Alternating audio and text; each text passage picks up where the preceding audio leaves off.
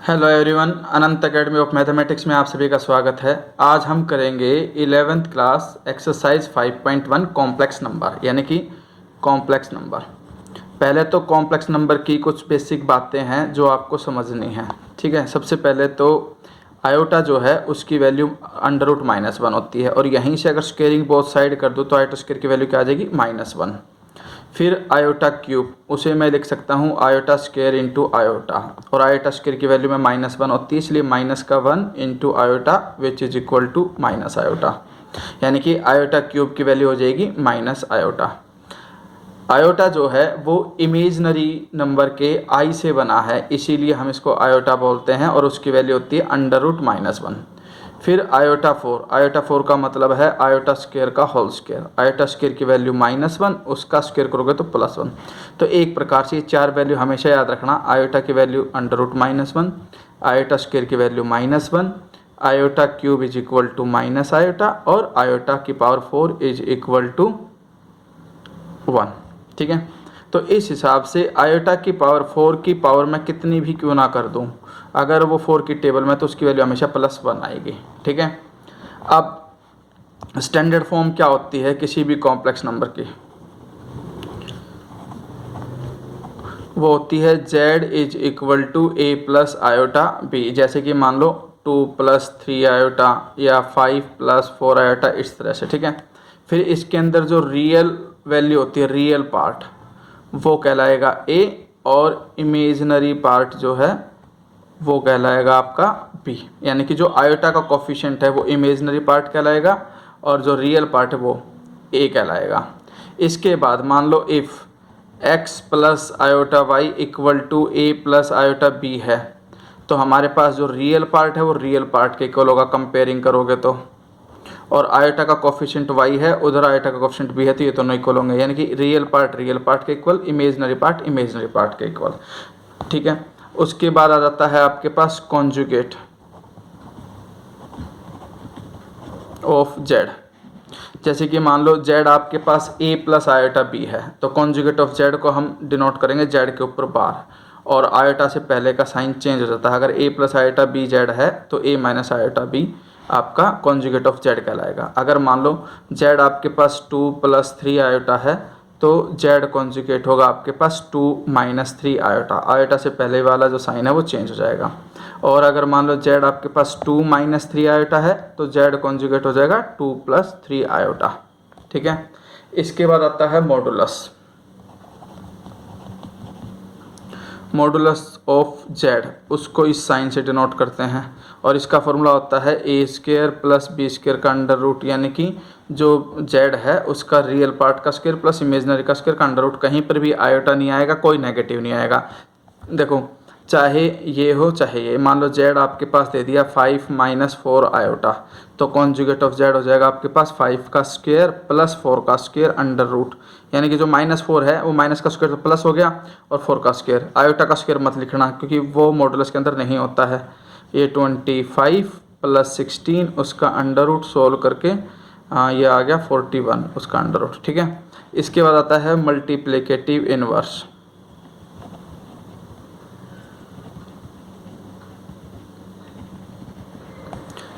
Multiplicative inverse of z, उसका formula होता है, जैसे इस साइन से डिनोट करते हैं, उसका फॉर्मूला होता है conjugate of z upon magnitude of z का स्क्वायर। फॉर एग्जांपल, जैसे कि मान लो z आपको दे दिया 2 + 3 आयोटा, तो इसका कॉन्जुगेट निकल जाएगा 2 - 3 आयोटा, और जिसका मैग्नीट्यूड है वो आ जाएगा 2 का स्क्वायर 4 + 3 का स्क्वायर 9, यानी कि √13। अब z इनवर्स निकालने का फॉर्मूला होगा conjugate z of magnitude of z का स्क्वायर, यानी कि 2 - 3 आयोटा अपॉन में मॉडुलस के z का स्क्वायर, यानी कि √13 का स्क्वायर करोगे तो 13 ही आ जाएगा। ये आ जाएगा आपके पास मल्टीप्लिकेटिव इनवर्स। तो ये सारी बातें बेसिक थी। अब आप एक्सरसाइज 5.1 पे आओ। ठीक है, एक्सरसाइज 5.1 क्वेश्चन 1, हमें ये निकालना है कि express each of the complex number, express each of the complex numbers given in the exercise 1 to 10 in form of a plus iota b। Standard form में लेकर के आना है। ठीक है, तो इसके लिए आप क्या करोगे, पहले तो देखो 5 आयोटा इंटू -3 5 आयोटा। मल्टीप्लाई करोगे तो 5 इंटू 3 मतलब एक बार 5 से तो 5 कैंसिल, -3 रहेगा। Iota into iota, iota square, iota square की वैल्यू होती है -1, माइनस माइनस +3, और 3 को मैं लिख सकता हूँ स्टैंडर्ड फॉर्म के अंदर 3 + 0 आयोटा, क्योंकि इसमें आयोटा नहीं था तो आयोटा को 0 से मल्टीप्लाई करके ऐड करूँगा तो वो इक्वल टू 3 के ही आएगा। इसके बाद क्वेश्चन नंबर 2 है आपका आयोटा की पावर 9 प्लस आयोटा की पावर 19। तो सबसे पहला काम तो यह है कि जो भी पावर है आप उसको 4 से डिवाइड करिए, 4 2 जा 8, 1 रिमाइंडर आ गया। तो इसको मैं कैसे लिख सकता हूँ, आयोटा की पावर 4 उसका स्क्वायर, तो 4 2 जा 8, और जो रिमाइंडर बच गया वो अलग से पावर मल्टीप्लाई में आयोटा के साथ लिख देना, फिर बीच में प्लस का साइन है। अब 19 है, 19 को आप किसी डिवाइड करोगे 4 से, तो 4 4 जा 16, रिमाइंडर 3 बचा, तो इसको मैं लिख सकता हूँ आयोटा 4 उसकी पावर 4, क्योंकि 4 4 जा 16 इंटू में आयोटा का क्यूब, यानी कि रिमाइंडर यहाँ आ जाएगा। हर बार कोई भी पावर होगी आप 4 से ही डिवाइड करोगे और रिमाइंडर वाली पावर को इंटू में आयोटा की पावर के साथ लिख देना, बाकी जो क्वोशंट आएगा वो यहाँ पावर में हो जाएगा होल के, क्योंकि आयोटा की पावर 4 1 होता है और 1 की पावर कितनी भी हो उसकी वैल्यू 1 ही हो जाएगी। सिर्फ ये बचेगा आयोटा प्लस ये भी 1, और आयोटा क्यूब की वैल्यू होती है minus iota, iota minus iota solve होकर के 0 आ गया, और 0 को मैं लिख सकता हूँ 0 + 0 आयोटा स्टैंडर्ड फॉर्म में। अब क्वेश्चन नंबर 3 आता है आपके पास आयोटा की पावर -39, इसको मैं लिख सकता हूँ 1 आयोटा की पावर 39। अब 39 को अगर आप डिवाइड करते हो 4 से तो 4 9 जा 36, रिमाइंडर 3 बचा, तो यहाँ पर मैं इसे लिख सकता हूँ 1 आयोटा की पावर 4 उसकी पावर 9 इंटू में आयोटा की क्यूब, क्योंकि वो 1 के अपॉन में लिखा हुआ है। तो देखो 9 4 जा 36, 36 + 39, तो इस तरह से मैं ब्रेक कर सकता हूँ। इसका बेनिफिट हमें ये मिलेगा कि भाई 1 उसके अपॉन में आयोटा की पावर 4 1 होती है, 1 की पावर 9 1 रहेगा, और आयोटा क्यूब की वैल्यू माइनस आयोटा होती है। लेकिन स्टैंडर्ड फॉर्म बनाने के लिए हम क्या करेंगे, रैशनलाइजेशन करेंगे, नीचे जो आयोटा है उसी से मल्टीप्लाई उसी से डिवाइड करेंगे। ये आपके पास आ जाएगा 1 into iota iota minus iota into iota iota square, ये तो आयोटा माइनस आयोटा स्क्वेयर की value -1, minus minus plus iota हो गया, और इसको मैं लिख सकता हूँ 0 + 1 इंटू आयोटा, क्योंकि हमें स्टैंडर्ड फॉर्म में चाहिए तो 0 + 1 आयोटा लिख दिया मैंने। तो अब हम आएंगे नेक्स्ट क्वेश्चन पे, वो है हमारे पास क्वेश्चन नंबर 4। क्वेश्चन नंबर जो 4 है आपके पास वो है, एक मिनट रुको,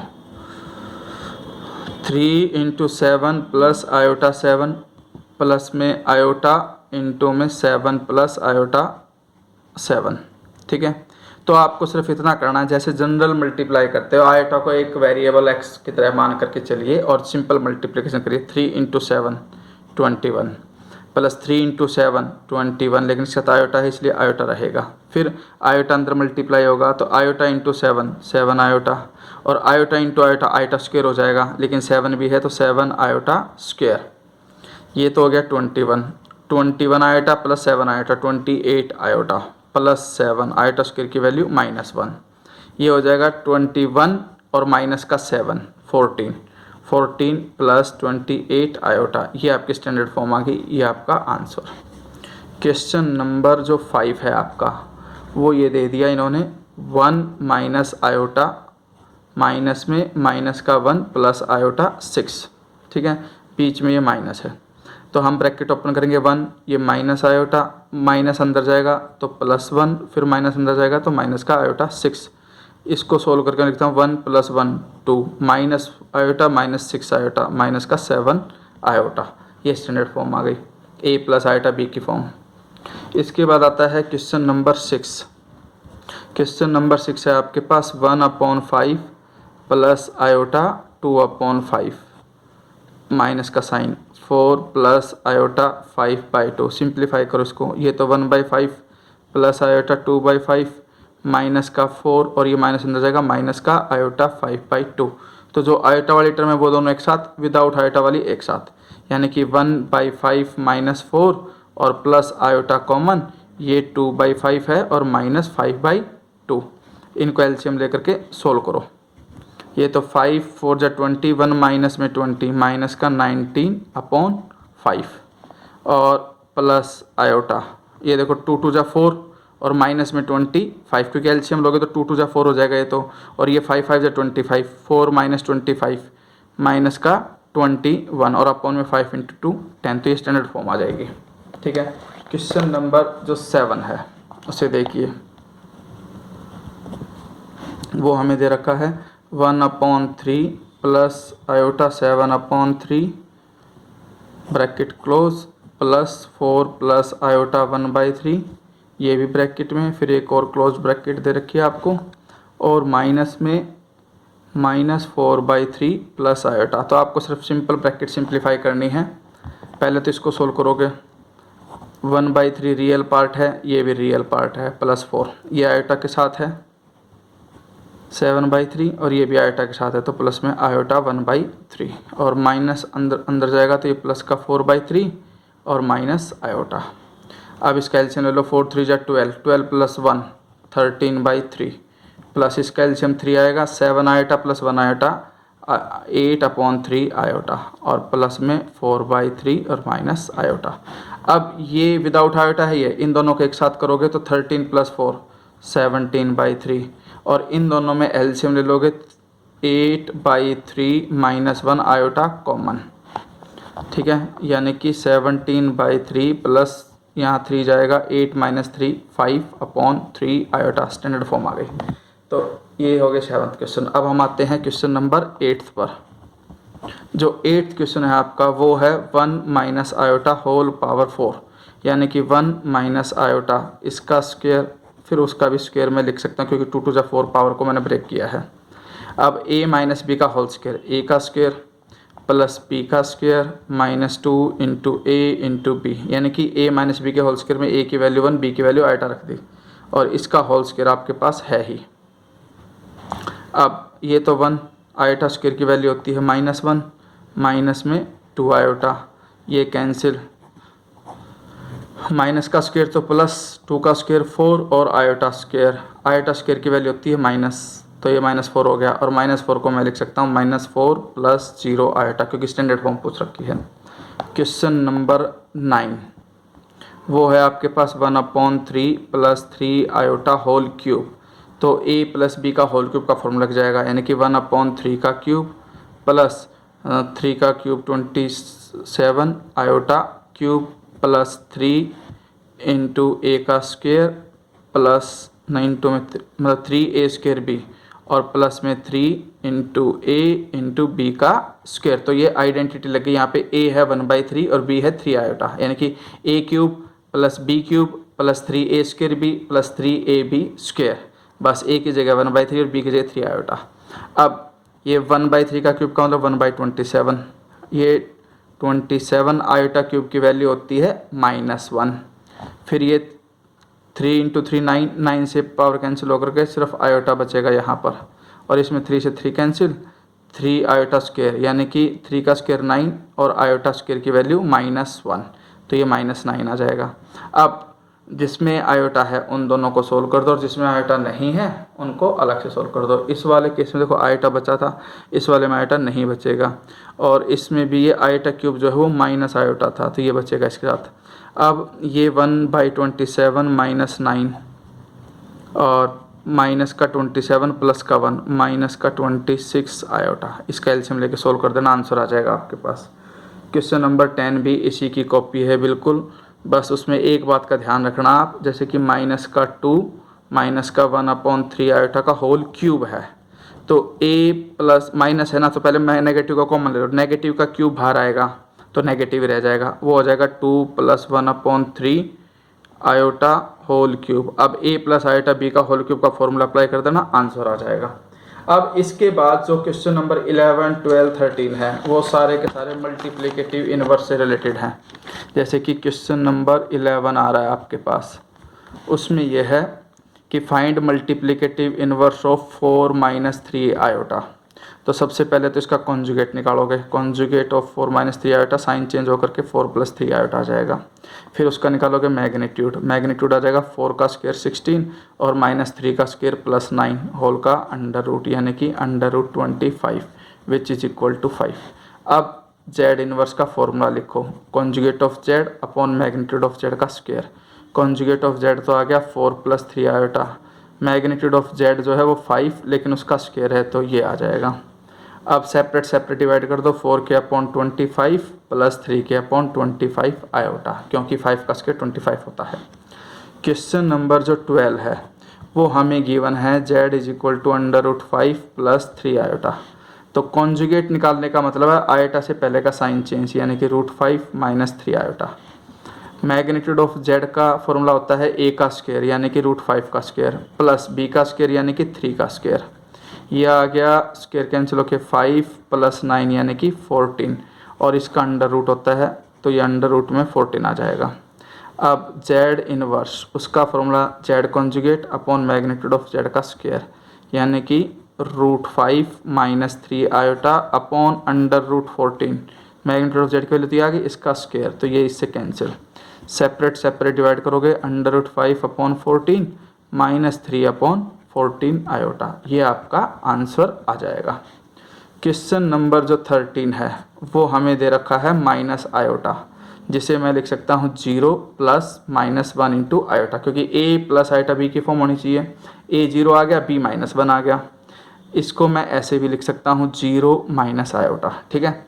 अब मैं जेड कॉन्जुगेट में आयोटा से पहले का साइन चेंज हो जाता है तो 0 + आयोटा हो जाएगा। फिर मैग्नीट्यूड ऑफ जेड 0 का स्क्वायर प्लस आयोटा का जो कोफिशिएंट है -1 उसका स्क्वायर, होल का अंडर रूट, यानी कि एक प्रकार से -1 का स्क्वायर +1, एक प्रकार से +1 आ जाएगा आपके पास।